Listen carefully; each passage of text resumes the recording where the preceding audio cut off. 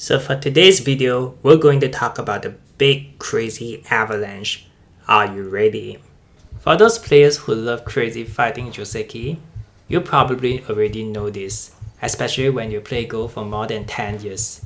This is one of those joseki that is so complicated that the fight that branch off from here may spread all the way to 1/4 of the board. So, if you really love fighting, then this may be your favorite toy in the game of Go.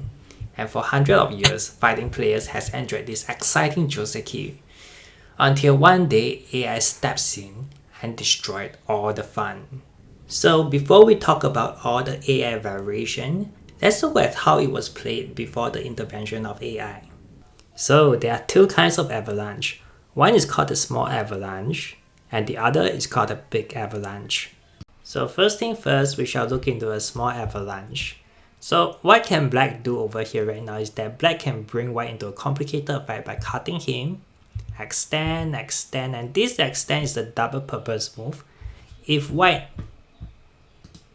misplay, then black can just cut over here, and this is going to be super good for the black stone. If white just simply guard over here, then we can just capture the two stones over here, and this is also good for the black stone, 65% win rate for black.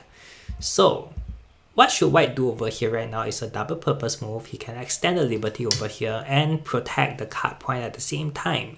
Because if black cuts right now, then white can ladder capture the two stone, and this is going to be good for white. So black cannot cut over here right now. After this, black has two ways to play. One is to extend his liberty over here, and the other one is a classic move, which is a tiger's mouth. Alright, so if you extend over here, then black has to look out for this, because white can just extend over here, and if you cut him right now, there is a ladder capture. Da da da da da. Okay, so before you start this fight, make sure that your corner, the bottom left hand corner, is a star point. If your corner you use a C4 or Komuku to guard the corner, then the ladder will work for white. So black can only play this if his bottom left hand corner is a star point. Okay, so if the ladder is not good for white, then white can only do this. Extend over here, jump over here, capture the corner, black can cut this. White can't do this because blacks will have a longer liberty than white. So white will lose this fight. So white can only do this.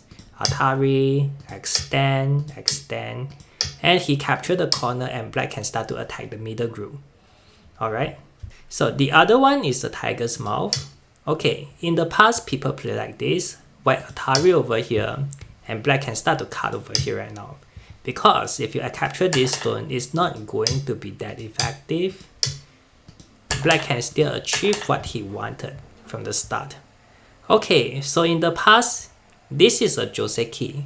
But right now, if you look at the win rate, this is good for black. Black is at 60%. So if you want to play this online and people only know the basic traditional joseki, then do this. This is going to be good for you. Alright. So what's the new way for white to play is that white can actually attach over here.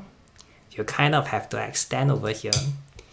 Then white will play this. Black will connect this.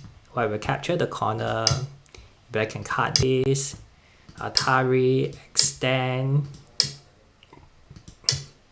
And this is good for the white stone. White win rate is going to be somewhere around 62%. And of course, if you don't play the simple way, you can start another fight over here. Black can Atari over here. White connect this. And then black tries to capture the 3 stone over here. White extend. And then you leave it hanging over here and you extend your liberty over here. And this is another complicated fight. If you really love fighting, then this is a possible way that you can play. Now for the big avalanche. I have to admit this joseki is beyond my understanding because it's really too complicated for my level.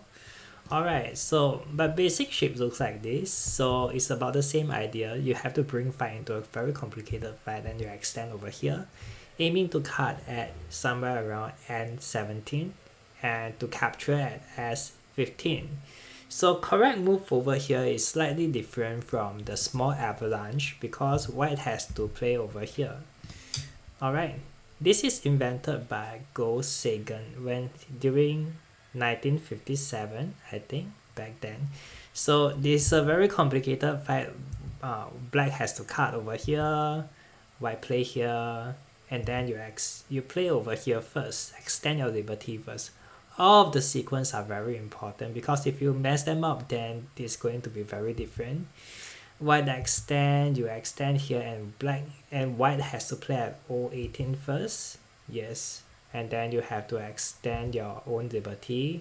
He extend his, and then you extend out, and this is a very complicated joseki. You can Atari over here, you can extend over here. It depends on what black and white chooses. This is a very complicated fight. So if you want to study this more, I suggest you run through AI first to see the variation, the possible variation, and how the surrounding stones actually affect how black and white should choose each position. Now, why did I say that AI has ruined this joseki is because if you choose this joseki, then we are trying to seek complication. We want interesting fight to happen on the board.